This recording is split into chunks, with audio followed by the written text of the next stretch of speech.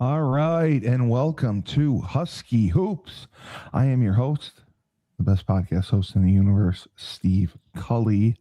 With me, as always, UConn women's legend, Western Connecticut State University head coach, Maria Conlon, who has Morning. ashes on her head.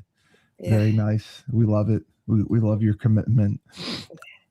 And the icon, legendary voice of the Huskies, the best of the best himself, Joe D.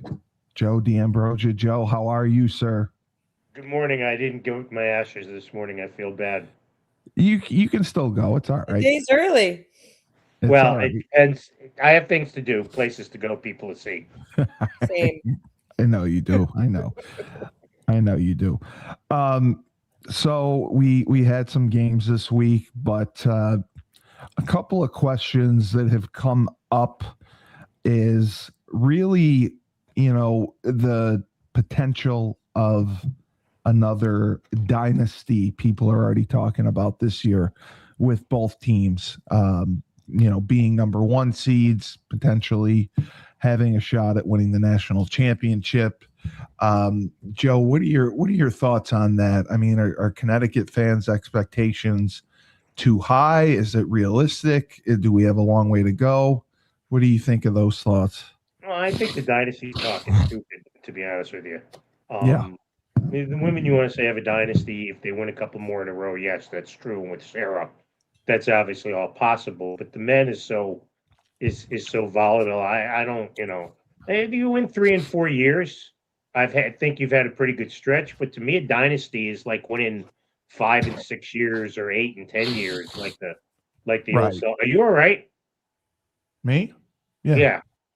Okay. Um, but I just think I dynasty. I don't worry about dynasty. The only time I talk about dynasty is the old TV series with John Forsythe and Linda Yeah, Evans and Joan Collins. that was a good one. The only dynasty I think about. Maria? Yeah, I think that's a little early.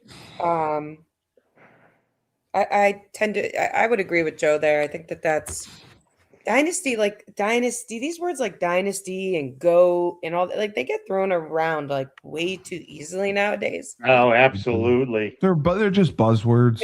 I mean, listen, if you're going to look at the UConn women's basketball program as a whole, it's a dynasty, right? But not this specific team. I wouldn't put them in as a dynasty. I mean, we've had teams win four in a row. I mean that Yeah, I Right. don't that's much Yeah. If different. you win 4 in a row, it's a dynasty. One in a row doesn't equal a dynasty to me. And Maria's 100,000% right. And you're right too, Steve. We use these words just to generate clickbait and just to generate conversation. What would you say? Like both programs have maintained somewhat elite status and a changing landscape of college basketball with NIL deals, revenue sharing deals with players, the transfer portal, conference realignments. There's so much that goes on, and the rules change from year to year. And we have been able to have success throughout. Why Well, do we you didn't think with the that is? men. We went through a long period where we were out in the desert. Oh, we were So awful. Yes. that's not, the women would get to Final Fours every year. The men weren't even getting to the NCAA tournament. So No. I would not put the two of them on equal footing where that's Right. concerned. But like the last 4 years, I would say 3 years, 4 years, Well, because yeah, we, yes, yeah, yeah, exactly, yeah. exactly. Now that's a That different that's story, but that's when NIL became legal and revenue sharing payments became legal. But the conference realignment stuff really changed things up, and we in the Big East have maintained, to be relevant and still dominant. So that would be more of my question. If you how do you think we've been able to do that throughout all of the change that's happened over the last 4 years in college sports in general? well, I think it's the coaching staff. I think it's the tradition. I think that when you go to stores or you watch a game at Gamble, it's dynamic. And then Men's from go yeah.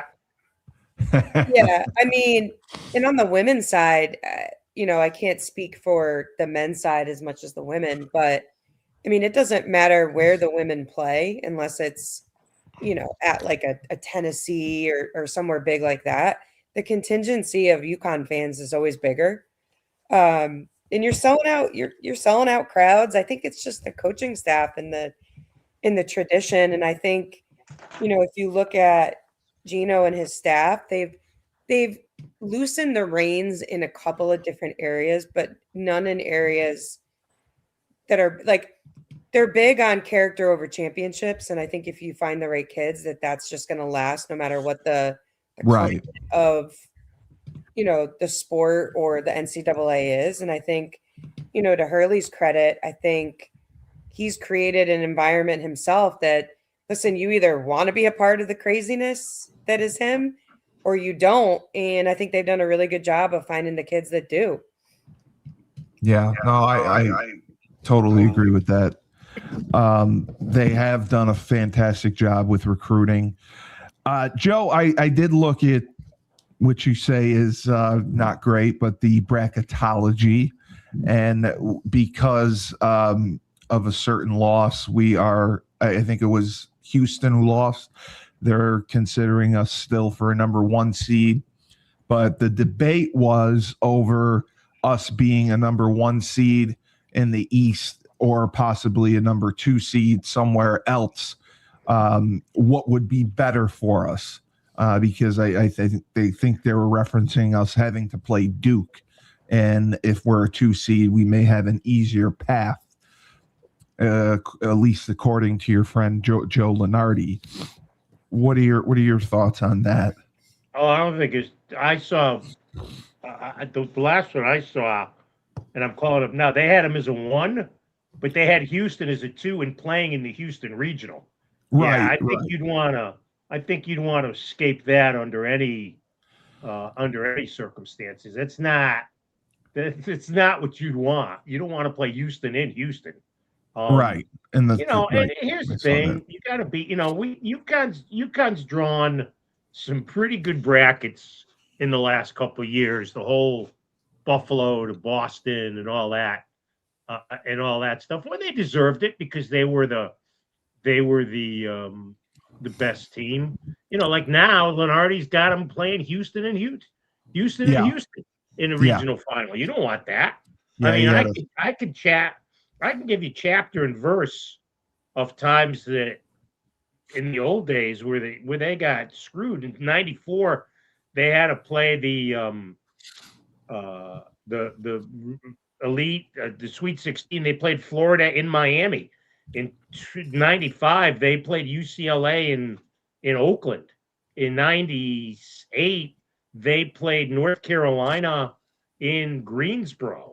In 2003, they played Texas and San Antonio. I remember that one. So there's you just want to get in the best position that you're in. But I mean, they never dropped from a 1 seed, even after the loss to St. John's. That just elevated St. John's. It didn't do anything to UConn's ranking. I mean, look, they've got here's the other 2 seeds are Purdue, according to Lenardi, and that's playing in San Jose. Illinois, that's playing in Washington, and Iowa State, which would play Michigan and Chicago. And Duke would be the one in the East. In the East, and that's in Washington, D.C. So, I mean, when you're the 4th one, you go where they tell you to. Yeah, it's not a huge difference. Maria, what were your thoughts? Go to Houston to play Houston. It's a big difference. Yes, it's a big difference. At least in D.C., your fans can get there and stuff. Not so much San Jose, not as easy as Chicago. So, I think closer you stay to home, the better you are. Maria, what were your thoughts on that? I mean, listen, I agree with Joe. I think having to go out there and play them out there would be rough. It's still so early, Yeah, exactly. I hate even thinking about bracketology yet because, you got you still have some regular season games and then you got The tournament. conference tournaments, and literally it can be an entire shakeup of where people land. Can. I think at the end of the regular season, you have a little bit of a closer idea. But again, like, someone comes out and gets upset in the first round of their conference tournament, and that shakes up the seeding, depending on who gets those bids. So I still think it's, especially on the men's side, I think it's too early. The women is a little bit more predictable because, you have a better idea of how many per conference and where people will finish in their conference tournaments, specifically in a conference like the Big East. I think the Big Ten and probably the SEC are really the two on the women's side where you could see some potential shakeups in terms of where people land seeding wise based off of the conference tournament. But outside of that, I think everything is pretty much, not written in stone, but pretty close to it. Where on the men's side, I mean, anything can happen. Yeah. And Joe, I mean, Lenardi also projected 3 Big East teams in the tournament: UConn, St. John's, Villanova. Do you agree with that? Do you agree that's pretty accurate? Yeah, I think that's totally accurate by Joe. I think those are the 3 that have stood out. Seton Hall's fallen off after their start. Yep. Providence, Creighton, they're not NCAA worthy teams. Yeah. And I think he had St. John's as a 5 seed right now. And that again, I think if St. John's beats UConn again and then wins the Big East tournament, they're not a 5 seed. They'll move up. No. And UConn wouldn't be a 1. They'd move down. No. No, not at all. No. And, but again, I totally agree with Maria. I mean, bracketology stuff is fun to look at and talk about, but people who take it as Bible need to have their heads examined. Maria, what were your thoughts on that? The 3 Big East teams getting in, us, Villanova, St. John's.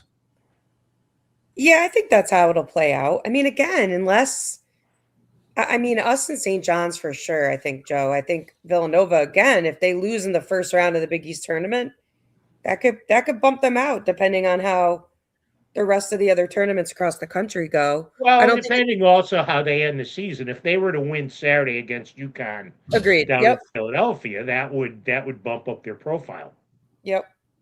Yeah, and Joe, I mean, the next 3 games are the toughest and really most critical because it is Villanova, it is St. John's, and the third team that we're talking about getting in.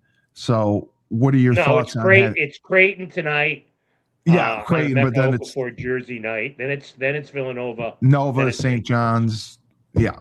I mean, and then the one after that as well. I mean, it's a tough Seton Hall, I think it is. It's a tough finish, right? Seton Hall up here is not that tough a finish.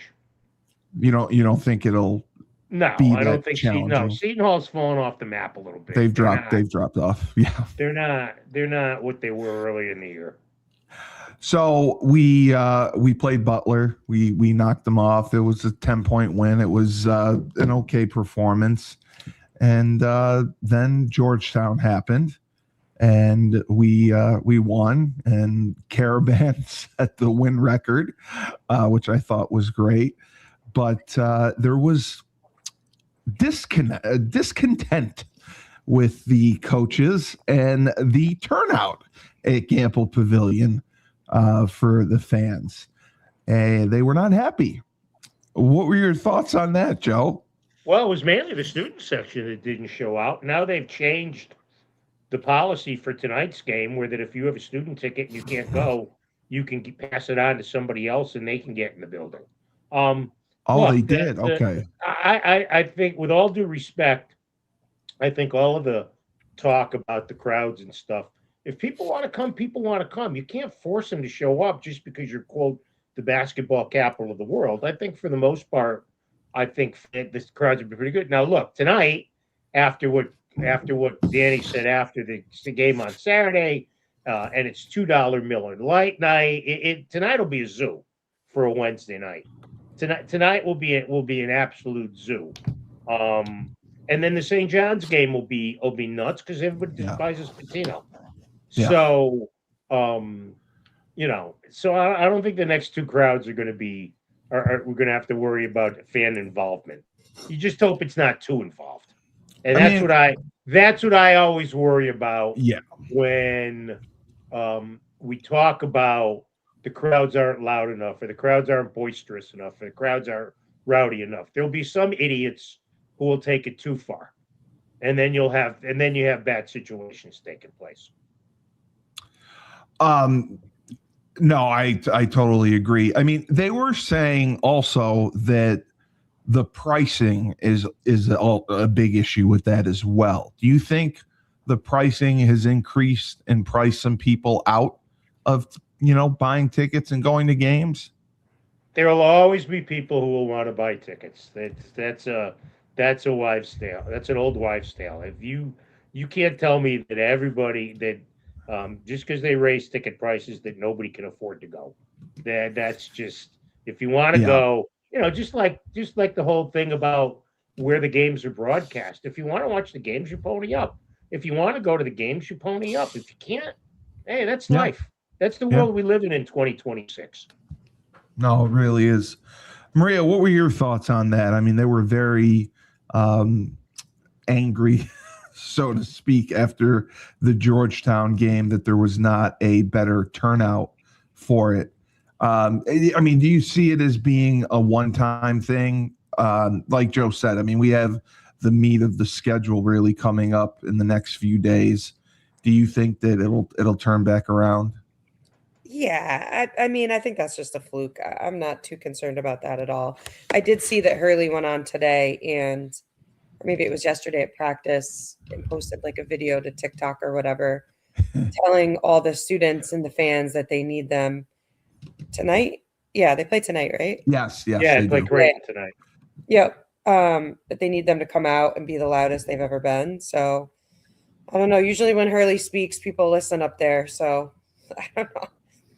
No, they. That's they why I definitely think. do. That's why I think it'll be rowdy and hopefully not over the top.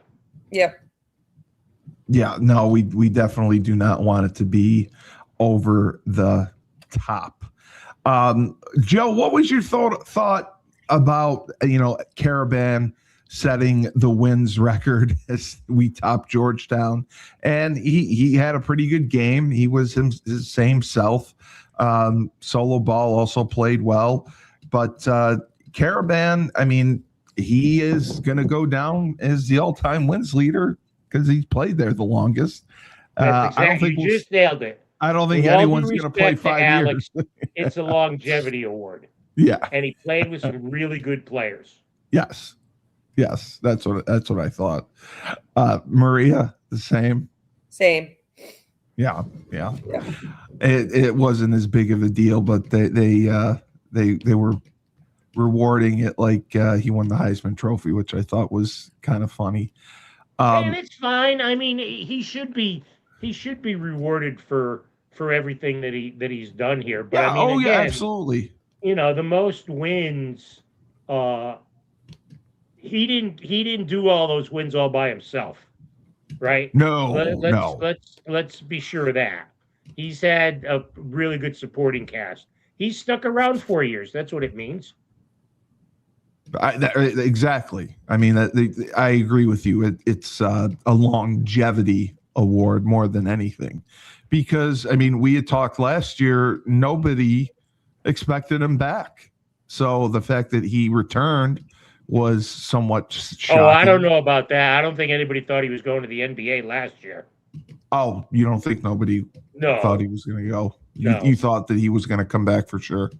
Yeah, because he wasn't a first-round draft pick last year. He might not even been a second-round pick. I mean, he'll get drafted. He'll get drafted this year, but the idea that he's going to play a lot in the NBA, we'll see. They thought Jordan Hawkins and Andre Jackson and Adama Sanogo were all going to play. James Bouknight were all going to play a lot in the NBA, and we saw how that ended up. Exactly. And that's why I'm saying, like, do you think he, by coming back this year, he has changed his stock at all? I think his stock has gone up a little Yeah. bit. Yeah. Yeah, I think he's probably a mid-second round pick, maybe high second round. I don't think he's a first round pick. No, I no. think, I think I'm just going to leave it there. I don't think he's a first Yeah, round pick. no, I agree. I agree with you there. And what were your thoughts on Reed? He had a double against Butler, and then Georgetown. I mean, he seems to be avoiding foul trouble a little bit better the last few games. Do you think he's starting to figure it out and understand that letting the guy go by and instead of hacking him is better for the team? Keeping him in the because game? he had a stupid foul that gave Georgetown a 4-point play near the end and almost let him back in the game. So no, I don't think he's he's He doing. hasn't And look at learned his he had lesson. horrible numbers. He had one rebound. He had one rebound against Georgetown. You can't do that if you're the you can't do played that bad. if you're the center. I mean, and he eventually did foul out of that game. So no, I think he's still, I think he's still, his inconsistency could be a big issue moving into March. Yeah, especially when you're expecting him to put up and play 30 plus minutes. If he does this, that is going to be He played 18 minutes, so obviously he was in foul trouble. Yeah. So it's not like he's not like he solved the foul issue. Right. Maria, what were your thoughts on his performance the last two games? Yeah, I mean, I didn't think he played great against Georgetown at all. I mean, to Joe's point, I don't know how you can play center at Division I and play that many minutes and only get one rebound. I think that definitely stood out. They took a lot of threes that game too, Joe. What was solo ball, like 5 for 15 or 16? Yeah, they took they took 53 5 shots. for 15. Yeah. The teams took 53 shots, MC, and they took 34 threes. It's like Celtics-esque. Yeah, I didn't love that. I think they gotta get paint touches and score around the rim more. Again, if I'm Georgetown, I guess that plan worked, right? Let them jack up a bunch of threes. You could stay in the game if they miss. Well, Ball and Mullins were 7 of 24 from 3-point range. Yeah. Or 7 of 23, something like that. Yeah, it's not good. And Maria, you talked about this before. I mean, they have to drive to the basket more with those guys, and they're not attacking the hoop more. They're not going inside more in their half-court sets. Would you agree that that's something they need to improve on? Or use more of? 30. If more than half your shots are coming from the 3-point line, to me that means you're settling. Right? You're settling for the outside shot. I mean, they're good enough to obviously get in the paint and score around the rim. So I think that's something that they definitely need to examine, and I'm sure they will after the last game. But, listen, at the end of the day, they won. They pulled it out again when they very easily couldn't have. So, that's always a positive too. No, I agree. With with the Big East, obviously, I mean, as a conference for the men having a down year, we've had many critics who say UConn's resume is inflated by weak conference play, and that puts extra pressure on the non-conference games, which I thought we had proven ourselves, at least in the beginning of the year. But the conference play that we've had now, people are saying is weak, and it inflates our resume. Do you believe in that, Joe? No, the resume is what it is. They played They were 5-1 in the Big Six games earlier in the year, and the one loss they didn't have Reed, or they didn't have Mullins. And they beat Michigan, right? No. Oh, I'm thinking of the women. I'm sorry. The women beat Michigan. Okay, sorry. So, I mean, it's all such bullshit. It's you can paint the picture any way you want. I mean, they're beating who's on the schedule in front of them. They can't control it. Of St. John's, right? It's the conference that they're in. You know, if they beat St. John's and Villanova and have just one loss in the conference and go 19-1, and then win the Big East tournament or get to the championship game, then you put down a pretty good resume. Now, if they lose like 3 more games the rest of the way, then it won't look as good. It's all about, you know what? It's at the stage of the season where just go out and play, get the results. Doesn't matter if it's by 1 point or by 50 points. You know, look, the women had a game last Sunday or Saturday, whatever the day of the Marquette game was. It was awful. You know, I mean, Marquette played inspired. UConn was sluggish. Strong reportedly hasn't felt well. And they were in a dogfight for a half that nobody expected them to, but they still ended up winning by 15 points. And, you know, people are going to go, oh, they only beat Marquette by 15. Well, you know what? In conference play, sometimes somebody's going to sneak up on you. And that happens in every sport. Yeah, it's a long season. It's never going to go perfect. You're going to have your ups and downs.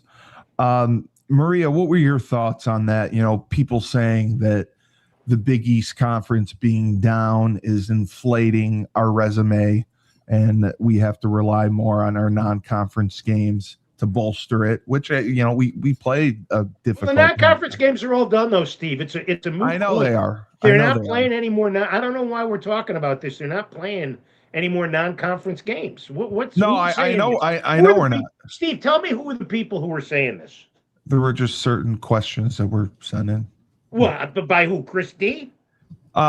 Chris and a couple other people, yes, that don't have their names, but yeah, they just asked about the conference being inflated and inflating our resume, and if that would make a difference.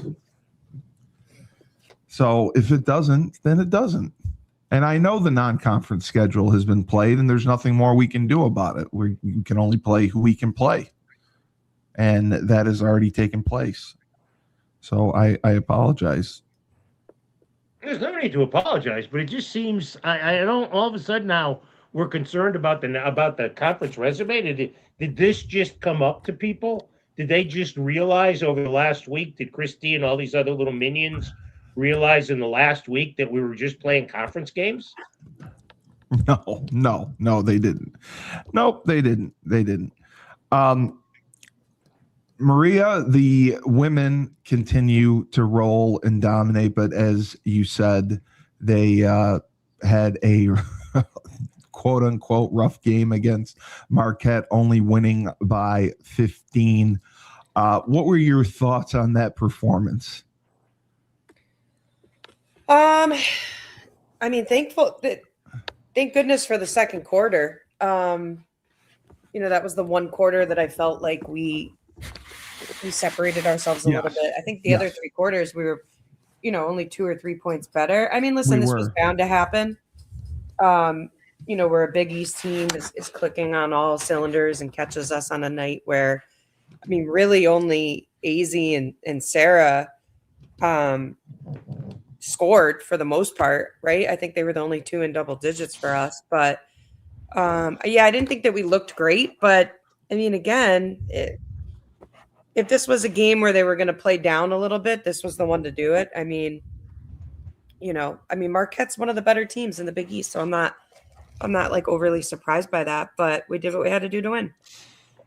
Yeah, no, and they have been doing that all year, and like we said, it's a long. I mean, concerning season. That Blanca isn't back yet. You know, I think a little bit from my perspective because I think the Marquette game was a good look of. All right, our 2-headed monster played well, you know, and gave us more than half. I mean, I think they scored like, one of them had 25, the other one had 22. So like 56, 57 of our 71 points. 46, thank you. You know, so more than half of our points. I hope you didn't take any math classes at UConn, Conlon. I'm just trying to think. Listen, I didn't look at the box score, so I'm doing this off the top of my head. That would make me kind of suspicious of the educational system at the state. It did. All right, so they had 22 and 25, right?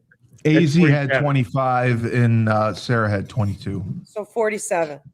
Yeah, and most of the Sarahs came in the second half. Yep. Yeah.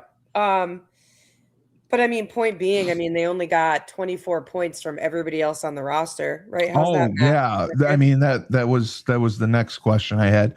Yeah. We did not get a very good performance from the bench, and that was of concern. I mean, he went to the bench. Ali Zeibel played for 25 minutes. She didn't score a point. Heichel had 2 points. El Afi had 2 points. I mean, if you can't go to your bench and get any production, that's going to be a problem. Well, yeah, I mean, and I think Blanca solves some of that when she comes back. Yes, Comes off yes, the of bench, course. right? So, again, I don't know what the timetable is with her. I haven't So investigated enough to figure it's out what a that's about, but wrist injury. yeah. So, I mean, listen, I think they need a third double digit scorer every night, right? I mean, I think that goes without Yes. saying. You can get away with it against, the DePauls and the really bad team, Xavier, DePaul, those teams that are really, really bad in the conference. But Marquette is a little closer to the top, right? So I don't know. I mean, I think they need to find more production. I think they just got caught on a night where just nobody else could get anything going besides the two of them. And I think I think it's a lot to ask the two of them to carry the You majority of the carry the load. load. Yeah. So, my guess is that since then, they've tried to tighten that up a little bit. They got to get more from KK and Shade, which they didn't really get much of in No. that game. And then, the bench outside of Blanca, we've gotten like 6 to 10 maybe from Heckle, and then Yeah. a couple buckets here and there from some other kids. But I think the concerning factor is Williams, Shade, and KK. Just Yeah. Williams. they didn't really bring much. So I'm assuming that they'll light a fire under them and it'll be different tonight. But I think without Blanca, I think we're a different team. We need that third consistent scorer going down the stretch if some of these kids aren't going to be able to get going as consistently as they need to be. Joe, what were your thoughts about that? The performance and the scoring and the lack of bench points. Well, I mean, I think Maria's spot on as usual. I think, you need that third scorer, and they've gotten it for the most part. I mean, even with Blanca out, they've had a couple of games where Zybel's been great.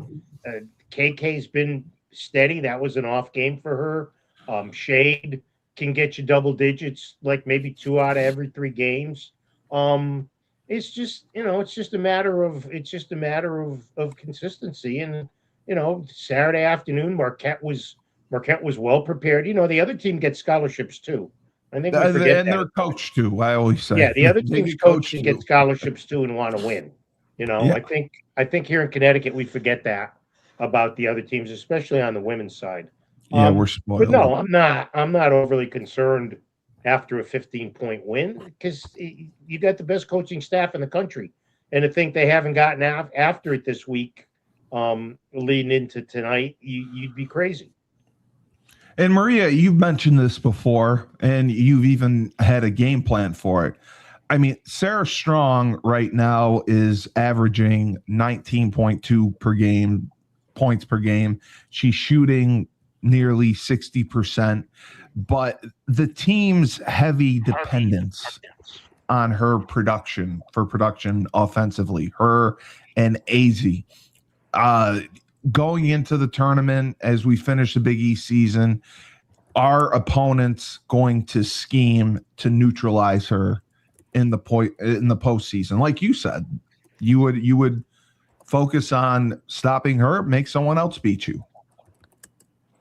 Yeah, I mean, listen, you can go one of two ways. You could just say, all right, I think AZ is an easier one to like face guard and kind of take out a rhythm a little bit because she's primarily shooting threes or, scoring off cuts or maybe some pull-up jumpers.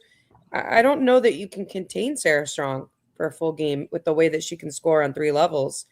So the matter of it is you could also do what Marquette did and say, all right, well, we're going we're going to let AZ and Sarah get 25 each and then hope we can control everybody else. I think Marquette's problem, which I've been saying all year, UConn's defense is so good, people can't score enough points against them. Exactly. And that was another thing that was brought up. I mean, we defensively are only giving up 50 points a game. Do you believe that is inflated by the Big East schedule and the Big Stop East? it! Please stop it. Please stop it. Okay. Please stop it. Okay. I won't ask that. But both teams are aiming for a deep March run. And for the women, critically, it's getting Blanca back and having that three-headed monster and really staying healthy, wouldn't you say? I mean, that's the one thing you say, knock on wood, we stay healthy, we will be okay. Well, yeah, I mean, I think that's everybody, right? Like, you know, going down the stretch, going into the postseason, realistically, you want a fully healthy roster to give yourself the best opportunity to win, because let's face it, stuff happens. People get in foul trouble, people have off nights, and you need to be able to pull whoever you can off the bench to give you some productivity.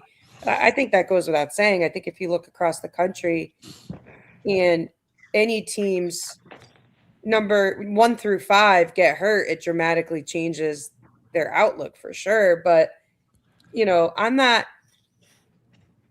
we're healthy right now for the most part. We need to get Blanca back for sure. Can we still win without her? I think the answer is yes. Do I think it'll be tremendously more difficult? The answer to that is also yes. Because I think you're putting a lot of stock on 2 kids being lights out every single night and hoping that every role player does exactly what they're supposed to do. But you know, I'm not waving any like SOSs or anything like that yet. I think that they got enough talent healthy already right now to do what they need to do for the next, like, what's the worst case scenario? That you finish the rest of the regular season in the Big East tournament without Blanca and let her rest and get back to full speed and then have her for the NCAA tournament? I don't think you need Blanca to win the Big East.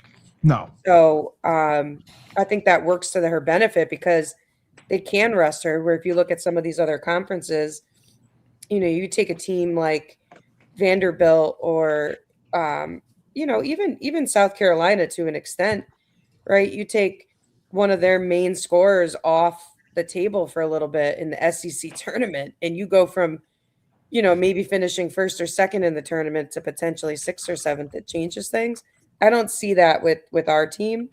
I think we're a lot deeper than people give us credit for at times. You know, yes, it is Sarah. Yes, it is AZ. Blanca's great, but we got a lot of really good role players that would be starting for almost any other team. Yeah. Joe, what are your thoughts on that? You know, especially getting healthy, getting Blanca back, and putting too much on AZ and Sarah. I think that because of the conference we play in, it's all a concern. Yeah. No, I think it's look, you've got 2 of the 5 best players in the country on your team. If you get one other kid to contribute every game, I don't care who it is, you're going to win, right? You might maybe, and if you're up a game where neither Sarah or AZ plays well, you're probably going to lose. That's just the way it is. That's the way, you know, worried about somebody scoring much. Did UCLA worry when Lou Alcindor and Bill Walton were scoring all the points? No, I don't think so. You know, no. I don't think that was a big issue back then. So no, I don't. I think as long as one other player can step up every game, and not caring who it is. I would say one thing, Maria, about Blanca. I think you'd want to get her back sooner rather than later. Oh, I agree. The longer that she's out, the harder it'll be for her to get back into the rhythm that she was in before she got hurt. Well, yeah, I mean, listen, I agree with that. Obviously, it's better to have kids back. The only caveat to that, Joe, that I think is unique to UConn is even if you're getting her back for some practices before that, the practices are harder than the games. So at least she has that going for her, because I do think that between their practice players and the structure of the way he runs it, so long as they could get her back on the court in some capacity before March is a good sign. You know, whether she plays in 1 or 2 games in the Big East tournament, I don't know. I mean, in a perfect world, we'd love to just have her now and have her be healthy. I agree. I'd rather get her back in the Big East tournament. I guess my point is, like, we don't need her to win the Big East tournament. So No. if she's No, not not at all.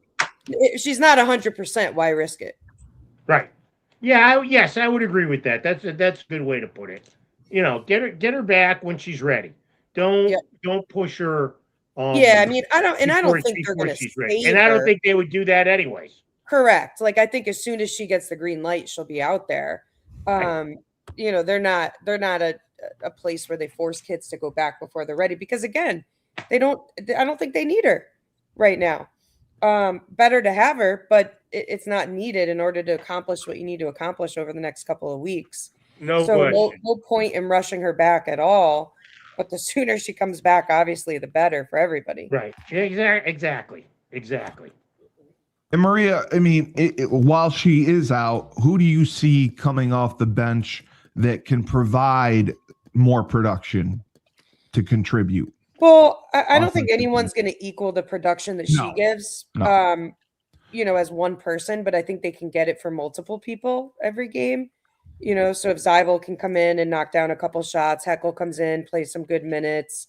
You know, I think those two can maybe together make up for the offensive, you know, loss that you have with her not in there. But I don't think anyone that we have on the bench does what she does off the bench. So I think replacing it with one person will be hard. I think you got to do it by committee. Yeah. Which we've done for the most part. I think, you know, I think against Marquette was a little bit of an anomaly, because not only did the bench not provide a lot, but you had starters that weren't providing a lot either. You know, I mean, the starters should be able to pick up some of that slack. Forget about going to the bench. I mean, you need to get 6 to 8 from Shade. You need to get 6 to 8 from KK. You need to get, you know, 8 to 10 from Williams with some rebounds. So, you know, you do that, which is not asking for, like, you know, we're not asking for one kid to drop 20, but if each kid can give you 6 to 10, you know, that takes a lot of the stress off of AZ and Sarah. No, I agree with that. Joe, same with you. Do you agree? Yep. Yeah, with the bench. And then, I mean, they finish up really with they play Villanova tonight, Providence, Georgetown, and St. John's. I mean, do you see anyone giving them a potential problem? Well, I think if they don't guard Ejiofor, we're talking about the St. John's women. No, I don't think any of them will give you kind of problem. No, not even close. Maria, do you think any of them will be difficult for UConn? No. And as the men finish up as well, I mean, Villanova, St. John's, those are the two that we really have to get.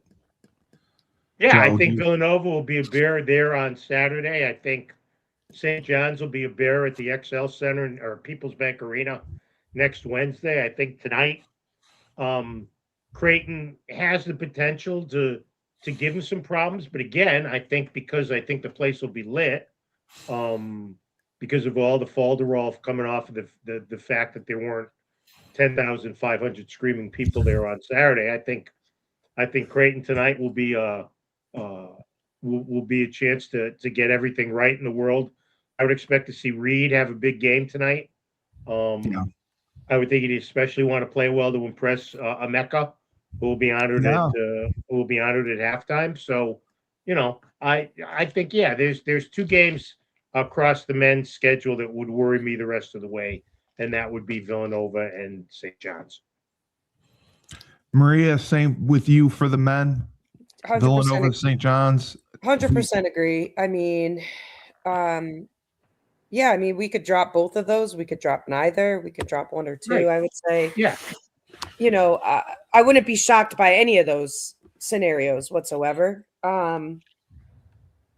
But, you know, I mean, St. John's at home, I like to think we get that one back. So, really Villanova. Is that one away or home, Joe? Villanova's away on Saturday at the Yeah. at whatever they call that building now. It's a 5:30, which is a stupid time to play on a Saturday. It's a 5:30 tip off on Saturday. Yeah. So that'll be a good. I mean, listen, I hope it's a good game, but I hope we take it. All right, obviously. Joe. Yep. Prediction then. Let me just take a minute because we haven't addressed it yet. And Maria was there while Emeka was there at the exact same time. I don't think there's enough that's been made. A lot of people think UConn basketball's been in existence for 10 years or 5 years. And I think the fact that we honor last week we had Hashim come back and get inducted into the Huskies of Honor. And tonight, really, someone who could be the poster child or poster man for what a student athlete should be will be given his rightful place with the greats in UConn basketball history.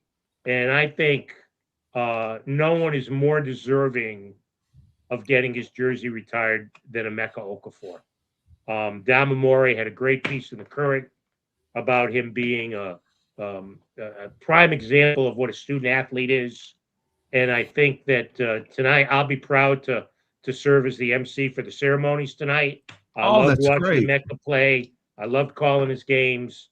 I understand there's going to be a bunch of his former teammates back tonight, which will be great. I think that will add to the environment. But I just want to say that, Emeka, getting in the Huskies of Honor is one thing. Getting your jersey retired is another. And this is an honor that's long overdue for Emeka. And the next person up should be Diana. Yeah. I mean, Emeka was 1 year younger than me. So, and I think he only stayed 3 years, right, Joe? Right. Yes, he did. No, this guy graduated from the business school in 3 years. He graduated early. Yep. I mean, talk about a guy who was a complete professional, a complete gentleman, a scholar of a student.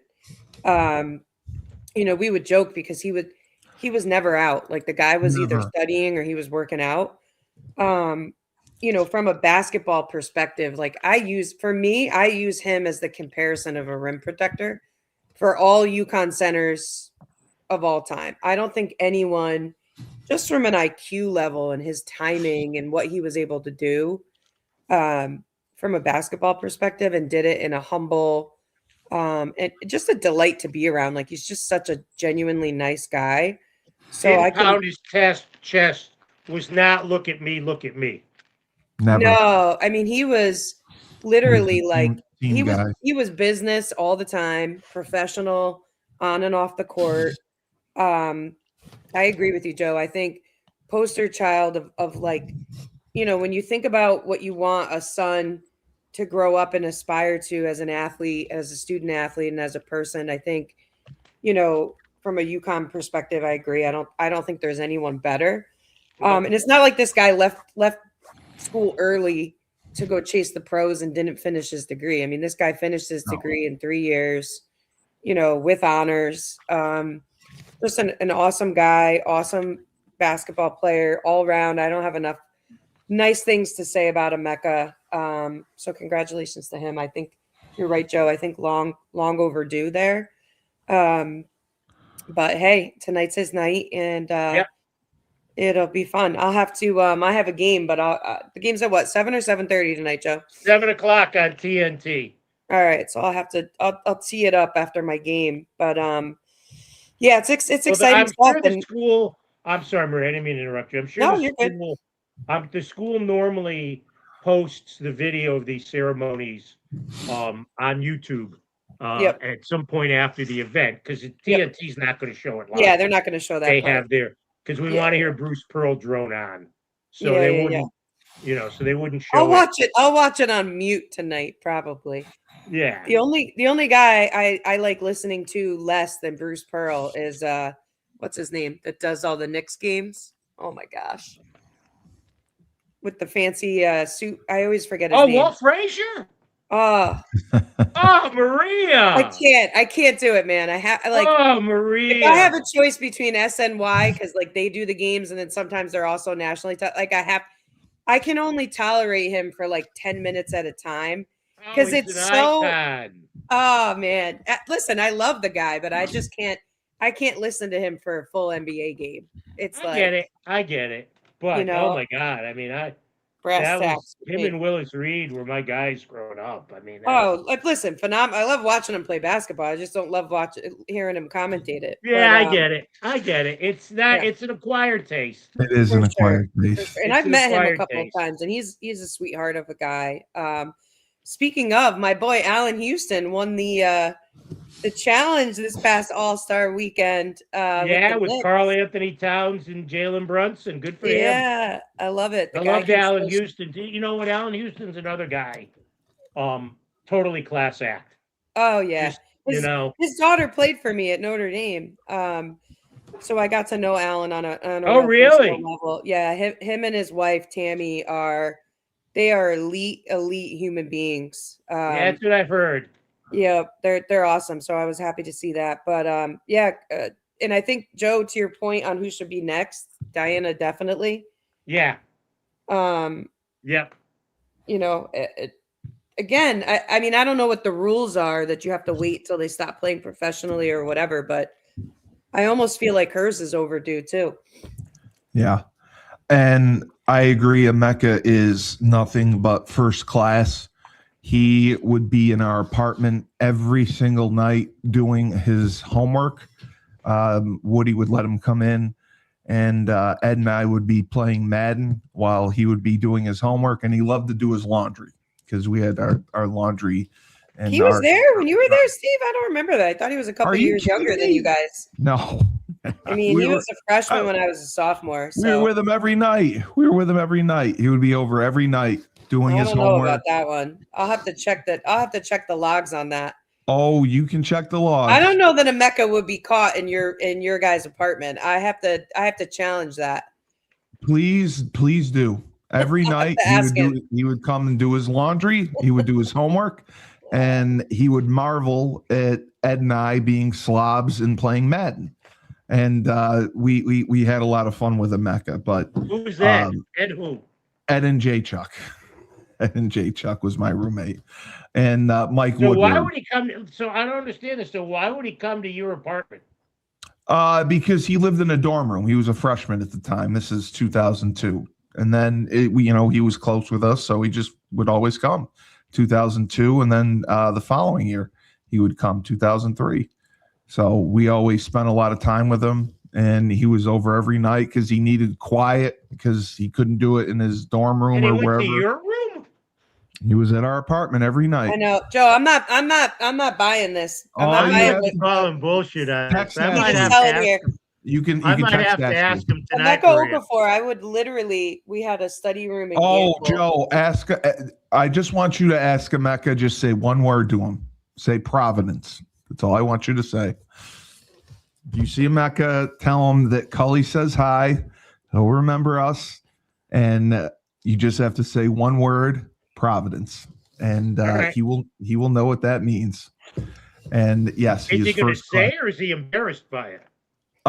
He probably will be embarrassed by it, but he'll laugh when you say it. You tell him he doesn't have to say anything else. Oh, that's bullshit. No, I don't want to. No, I'm not going to do it on the court. Okay. They're having an available. No, but you can just you can tell him that I said hi, and you can ask him about did you really go to Cully's dorm room with Mike Woodward, who lived there, and do your homework and laundry? He loved it because we had washer and dryer in our apartments, so we'd always come do his laundry, his homework. And Cully, I love you like a son, but the idea that your room would be a quiet spot somehow escapes me. Maria nodding her head. Maria, you totally in bed with me on this. Yeah, listen. If I'm lying, I'm flying, and my feet ain't left the ground. Like I said, I've never seen a student athlete use the study room in Gamble more than Emeka Okafor. You're welcome to ask him, Joe. Please, I hope you do. And He might be the only athlete that ever used the library too. And I will be vindicated. And you can ask Ashley Valley. She was there. She saw it. Woody saw it. Every night he was there. And he would do his laundry and his homework. All right. Well, I don't think you're lying. I don't think you're lying, Cully.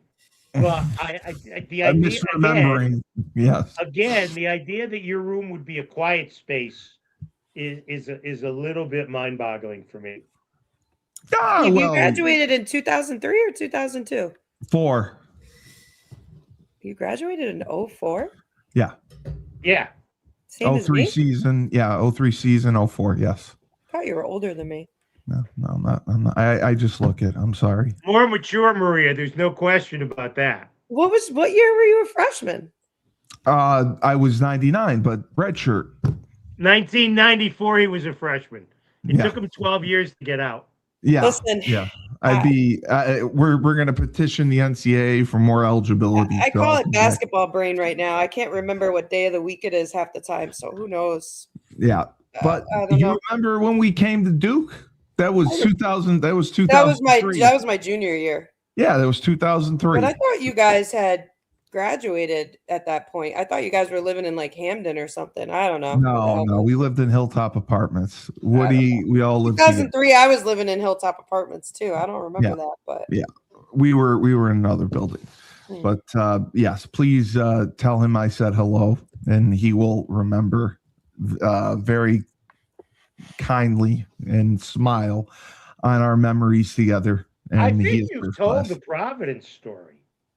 I may have. I don't know if I did tell the Providence story to you. You've told the Providence. If I told you alluded to it at least. I may have told you off air.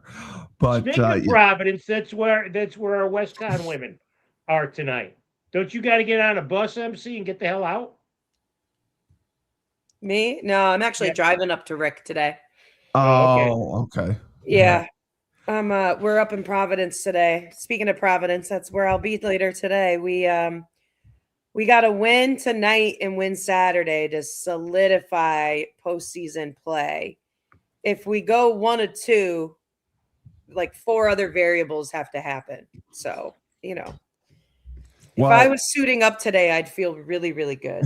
But, which, by the way, did you see, Joe? Because I always joke with my staff, like, I'm just going to go put a uniform on, But there was actually a high school coach in, I want to say it was like Ohio, that put a jersey on and played in the game, played almost the entire game until they realized that she was a college graduate. Really? I don't know if I could get away with that, but I would try. Now we're ready. We beat Rick once at home. They're really good. They're second. I saw that. Yeah, I saw you beat them already. Yeah, they'll be out for blood tonight, which is fine because we should be too. So and then the final game, 1:00 against UMass Dartmouth at the O'Neill Center on Saturday. Yeah, senior day, so it'll be a good day. But yeah, we take care of business tonight, and Saturday we'll our season will continue. Which some days I'm like, do I want that? Do I? Yeah, of course. I know. No, I do. I mean, these kids, specifically our seniors, it would be nice. It'd be like the first time that WestCon's gone to the postseason tournament in like a decade. So we'll get it done. Yes. Yep. Get it done. Listen, I'm going to do my part. We're prepared and ready. We know what they're going to run. We know what they're going to do. It's just a matter of execution. Can we not have 30 turnovers tonight where we just like blatantly throw it to the other team? So. Well, thank you guys. Great show for Maria Conlon, UConn legend, Western Connecticut State University head coach, and hopefully going to the playoffs. And Joe D, the legendary voice of the Huskies, the icon, the best of the best himself. I am Steve Cully, the best podcast host in the universe. Remember, when life gives you lemons, don't make lemonade. Take 2 oranges, throw them right back at life.